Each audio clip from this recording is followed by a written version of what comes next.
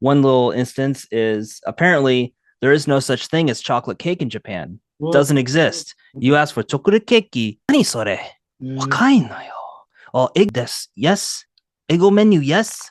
I thought I had So, chocolate cake but here. it's not called chocolate cake here. It's called gâteau Ah, chocolat, which is ah, the French term for chocolate there you go. The cake. influence of yes, probably from Yeah, which the I didn't know until I looked it up. I'm like, what the heck is this yeah. stuff tastes like chocolate cake? Well, it Like, what doesn't the come from America. That word comes from France, or it yeah, does, yeah. yeah.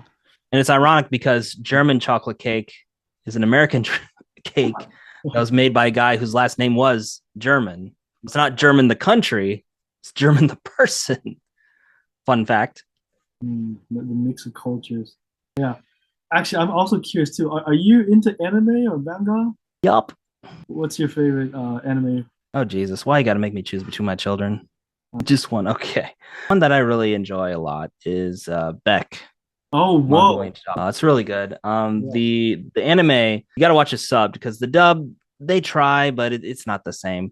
One of the neat things about the sub though is that they use both English and Japanese, and it's kind of a consistent thing. So rather than just like the errant like English person just kind of walking in, and it's clearly like a Japanese person, like excuse me, where is the airport and stuff like that. It's actually like English actors and they kind of pronounce some things, but it's still like the script is kind of made. It's in English, but it's clearly scripted by like Japanese people, and it's this weird sort of Englishy sort of hybrid. It's very hard to describe, but it's like very. It has like a very unique charm to it, and it's Mm, also kind of this interesting thing to like see two different cultures melding together in anime because that's not something that usually happens.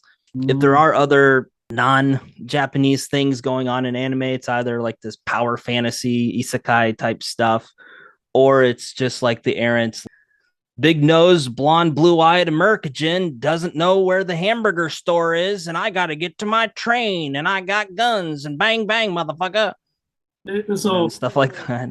I'm still confused though. What is Beck exactly though about? Like, is it Oh yeah, I didn't explain that part, did I? the So boys? right. So Beck is about this group of high school kids who Oh, start their own band, whoa. and it's Oh, really cool. So you band. get to see like those dynamics as well, Okay. but you also get kind of, and they're influenced by Um, a lot of like foreign bands. So that's where the English and all that kinds of stuff comes into play because they cultures run and across language. foreign musicians and things like that. Yes. Dude, okay, okay. And then do you also read manga? I don't read as much as I used to. It's just, especially where I am in the guest house. Well, you can't see because I'm at the lovely beach in Yeah. Hayama in Kanagawa. Oh, where is that? But Yeah, where is behind the your background? beach, yeah, that's my background. It's Isiki Beach in Hayama. Hayama. Lovely place, but a complete pain in the ass to get to. Oh, wow. It sounds so it's secluded. It looks Yeah, it's way out there. You got to take like a bus, and there's only like one bus that goes there, and everybody's on it, and you're just nut to butt and shoulder to face with everybody, and it's just like you went okay, there like a fun holiday with friends or something and yeah, like it's something that I do with my friends, just over the weekend. yeah, that sounds fun. Just go out to the beach, especially during the season, tail end of summer and stuff like that. Yeah. Every weekend we would go out to either like Yugihama in Kamakura. That's like our main beach that we go to. But we've gone out to Oiso, gone out to Hayama and This is in Enoshima. Shonan is basically the coast area of Sagami Bay. So yeah, it basically starts around like Hayama, Miura Peninsula, going all the way up to some might say it ends at around Oiso, some may say like Odawara, whatever. nice. Yeah, Yeah, Odawara is lovely. it's pretty cool. Mm. Walked around the city, saw the castle. So that's cool. You know that area sounds like intimately. And Oh then so yeah. then um I do want to get to this question and then maybe we'll come with other questions, but so you're a YouTuber, you're editor, you graduated, and, congratulations. And so what's one thing you want your viewers, our viewers, to know about you that maybe they don't know yet? Well, it's kind of hard to say because like I've been on YouTube for so many years, and I feel like I've like told everything and like retold everything. Yeah. But I guess one thing to know is that at the end of the day, I'm just a person. I'm no better than any of these other people out and about doing their thing. It's just, I managed to document a fair bit of my life and just putting in the work, showing the work. Very important because you see a lot of these people online, they just seem to come out of nowhere and they got like this huge following and they're uber successful and they're driving Lambos and they got this like $1 million penthouse overlooking the ocean and all this kinds of stuff. And who the heck's that? Yeah, I can't relate to that guy. But this dude in a little 8 meter little MDF cardboard box, just hanging out, doing his thing. I can relate to that guy. Yeah. He's hanging in there, man. That's a good message. Nice.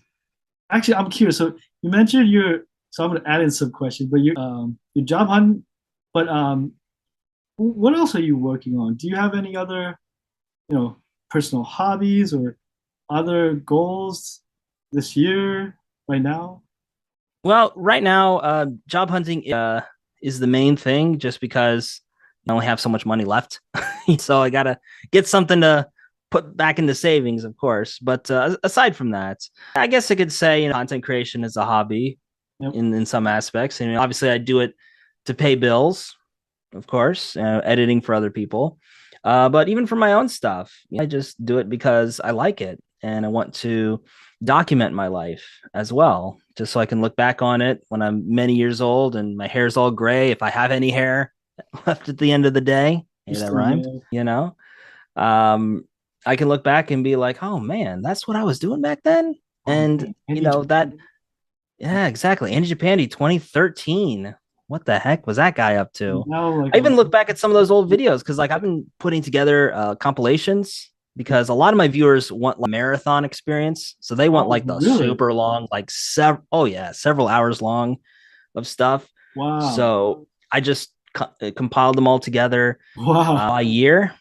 Wow. And they love it, man. And just to see like the difference between Andy Japandi 2013 and Andy Japandi 2022. Yep. I mean, obviously there are some weight differences, but just the camera quality and just where I was at that time, physically, mentally, the whole thing, and just where I'm at now, it just really helps you put life into perspective. And I think the thing that really got me into thinking about YouTube like this was very early on.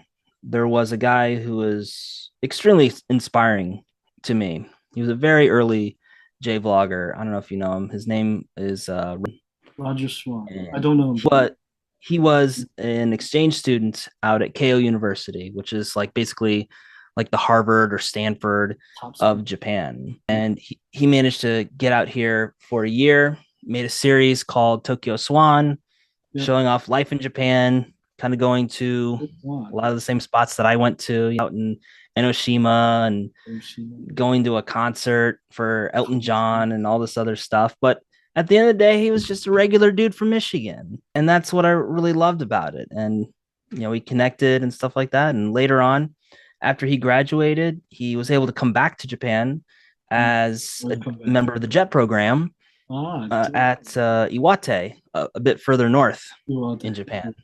So he relabeled his series Iwate Swan. Right. And so he was showing his new life in the countryside as an English teacher, and things were going good. But unfortunately, very early into his time up there, he passed away due to acute pancreatitis. Wow. Just gone like that. So the takeaway with that I learned from him is to value life and to keep things in perspective, because you never know how much time you got. Even after I get done recording this, I could get hit by a bus tomorrow, and I hope you don't. This will be the RIP edition. Hopefully not, of course, but you never know, man. So you just got to keep a lot of things in perspective and do what you can out there, right? Wow, that's a great lesson. I honestly, I learned it a little bit, or kept perspective, that word in mind, just being a fan of one of my favorite YouTubers, Gary Vee. But I got it from him too. oh yeah, but that's a great way to give a tip or perspective is quite important, and it's really been in my head as well. And I again thank you so much for your time today. I No really problem. hope we get that chance. Of course, it's COVID. Honestly, recently I have been sick. Honestly, I hope we have that chance. In that future to do our karaoke. I hope if you're open. Absolutely, man. Yeah, yeah. I'm down for it, man. Just got to get that negative test. Actually, I was negative. I took a Oh, PC last week, but it was just bad. A bad bag of apples. Yeah. But anyway, thank you so much for your time today. I think yeah, this no is a great, problem. great place for us to conclude today. I hope we have another chat, karaoke. Yeah. Is there anything Absolutely. you'd like to add? Well, I guess whether for people who are looking for like general advice on like being a YouTuber, editor, Yeah. person of the world, you just gotta keep things in perspective. You Ooh. know, like a lot of people seem to chase a lot of like short-term sort of gratification. I see it a lot on like YouTube. You got to chase the numbers, whether that's subscriber numbers, view count numbers, AdSense numbers. How much money do you make as an editor? Who are you working with? Why should I care about them? How many subs and views do they have? Are you somebody important I should be talking to? None of that stuff matters, man. At the end of the day, it doesn't matter. We're all going to be put in the ground or burned to ashes. That makes me think of Mr. Oh, Beast. I'm sorry. exactly. Who's in Yeah, that? but unfortunately, some of us won't be able to make it out at the end of the day. Yeah. But you just got to do what you love and live life with no regrets because you don't know at the end of the day when your end of the day is. So, Man.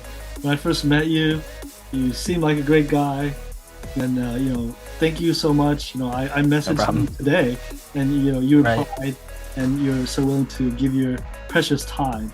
And one thing I really love or want to respect personally, I'm working on to respect others' time, and thank you so much for your time today and letting us into your life and get to know you, and let's keep perspective. And thank you, Andy, for your time today. Yeah, and Yeah, no problem. yeah, Thanks. yeah.